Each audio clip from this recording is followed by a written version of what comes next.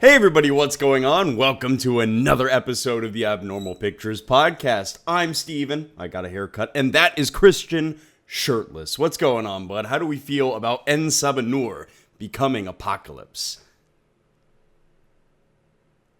Well, let me tell you, I'm gonna be in Savanor for Halloween. Oh yeah? Wow. Wow. Yeah, dude, I saw him and I'm like, that's it. That's Halloween for me this year. Yeah. It was a really good episode. With my wife and th and my with my wife and three kids, I could have four horsemen too. Yeah, there you go. Yeah, so how did you feel about the third episode? I really Uh, enjoyed it. fourth. Fourth. Yeah. But holy shit, man. Holy shit. I know you weren't too much of a fan of the dialogue, but I love the dialogue. I think it's very fitting for the characters. I know kind of what you went into about it. We can go into that later, but I really like the dialogue. It was a really cool circle moment because they were in the ship and all of them were like, "Man, this kind of looks familiar. This kind of looks familiar." Well, if anybody saw the original series, they were actually on that ship in the original series. So it was Yep. a very nice full circle moment. You mentioned as well, it's almost like they're repeating the cable line storyline that had already happened, but obviously there's going to be different things that happen now. But it was really cool seeing it come full circle.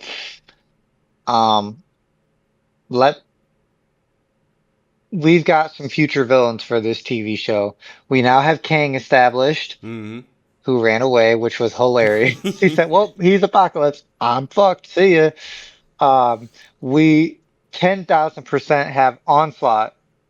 Like Onslaught is his seeds are setted. And if you didn't understand this watching the episode, when Xavier went full on, your mother was okay. But I don't know where we left off, so I'll kind of just hop in. But yes, we're going to get Onslaught at some point. Yep. And I was saying, rest in peace, Magneto, dude.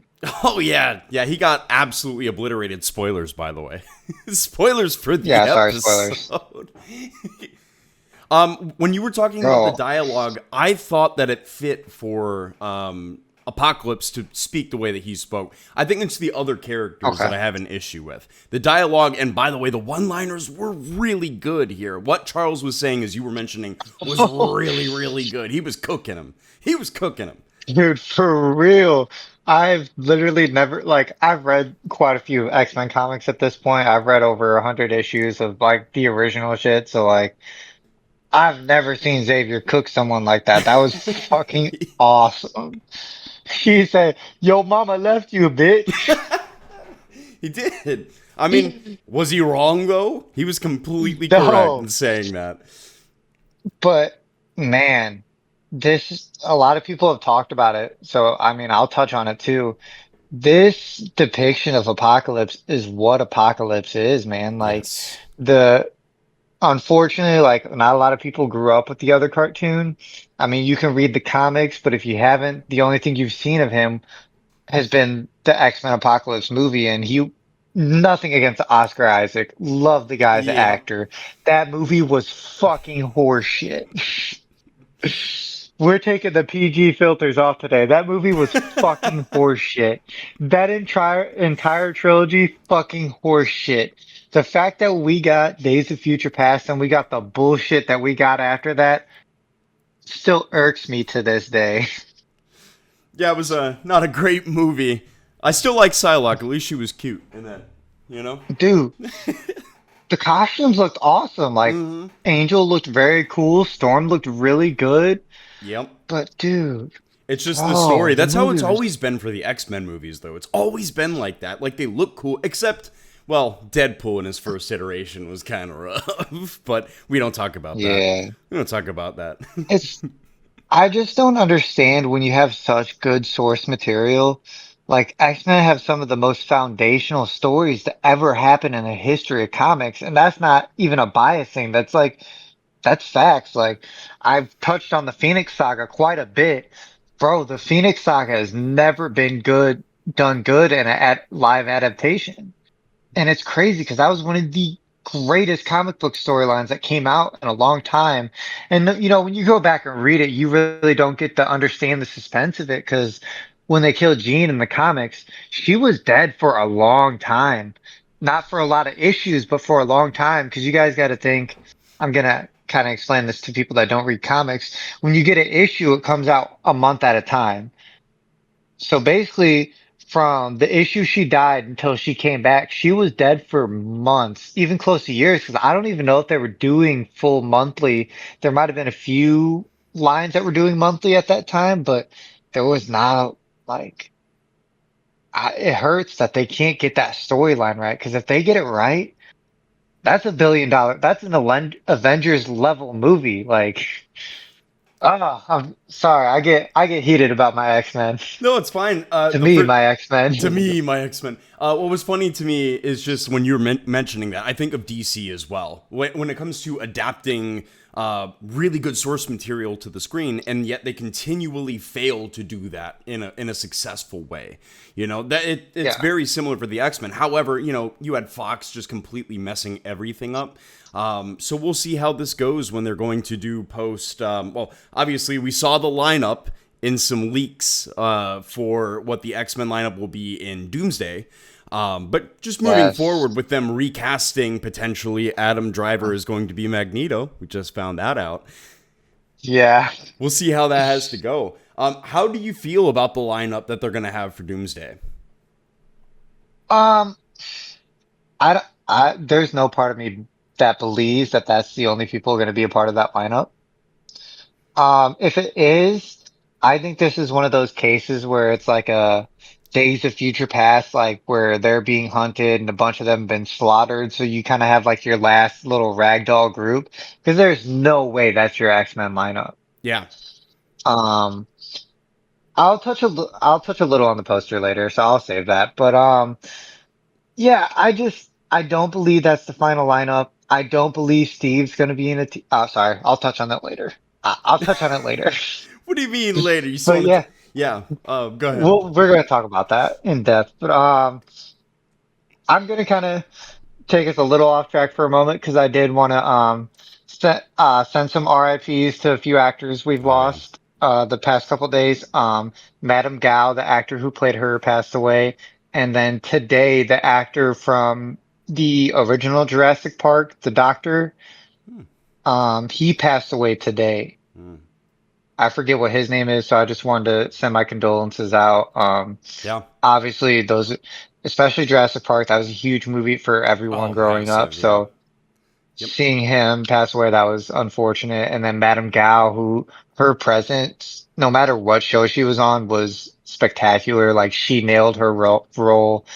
I hope they don't recast it because with the hand, you don't really need to. I think we should just let it go with how it is. I mean, we know we're getting the hand in the Spider-Man movie, so we'll see. Yes. But rest in peace to her. Yep. Rest in peace to, I don't remember the other guy's name. Just want to get that. I hate that I'm like that. I'm really bad with names, but I just want to say rest in peace to those actors. They are humans too. They have families, so Yeah. it's unfortunate. Yeah. Rest in peace to those two. With the hand, and speaking about Madame Gao, you know who I would really like to see back is Nobu. He was really good in the first season of Daredevil, Yeah. and I would like to see him come back, but they're probably going to roll with Elektra. I would think that's where they're going to go Yeah. in that direction. Talia al Ghul Yeah. type of Elektra being in control of the hand would make sense, especially moving in. From what we understand of Daredevil, by the way, moving forward, obviously Matt's going to be in jail. He's locked up, and the idea is based off of the comics where he is in jail, right? And he has to defend Yeah. himself without really the mask, even though it would be cool to see that little orange mask that he makes for himself. Yeah. That would be really cool. So I think they'll move forward with Elektra with the hand. I'm interested to see, what happens in Brand New Day that will lead with the hand, and then how does that tie into the Defenders and Matt moving forward? Yeah. Yeah. It's like I don't want to say a lot of this relies on what Spider-Man does, but it's like we don't really know what Spider-Man's doing. Like the hand could just like it sucks to say this because the hand's not just a throwaway group, but they could just be a throwaway group in this movie. Like I we just don't think so. don't know. I think I'm Tombstone is so going to be the excited. big player. I think Tombstone really is going to be the one pulling the strings. That and the DOA, or yeah, Yeah. DODC. Yeah, I think those would be the two main players. Um, However, you can't just get rid of the hand like that. You can't have them be throwaway. There has to be a Yeah. reasoning for why they're there and why are they in jail. Who are they trying to break out, or why are they fighting Spider-Man there? It doesn't make sense. It has to be Matt. It just has to be. I know And that it's we'll not see, man. supposed to be. It's so close, man. We are so close to I know the we're like movie. close to the end game. Yeah, it's the end game now. Yeah. So, anything else you want to talk about for X-Men '97 for this last episode? Get some more stuff in. No, we can go ahead and move on to our next topic. Do you want to jump straight into the poster that Oh yeah, is it in a it's just a it's just a concept art though. I yeah. don't think that's the official. Okay, so it's concept art. I That's think good so. because there are some things I seen, which is why I wanted to save it that I saw that I very curious and didn't like. I'll jump into this.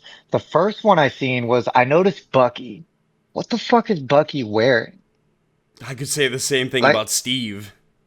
yeah, well, I'll get into that in a second. But what Bucky was wearing, it looks like nothing he's worn in any of the movies before. I don't know if you like noticed, but it's like it almost looks like a bulky, like bulletproof vest or something. It was very weird. And I'm like, what is that? Trying to find the picture right now so I can double check. Yeah. Um, Yeah. I don't know. I think the first thing was definitely the lineup for the X-Men was the first thing that obviously Yeah. you look at. Um, Steve not having any costume, and we saw this in the potentially leaked trailer. hmm Why? Why doesn't he have anything, So man? this is why I'm leaning on it's just the concept art.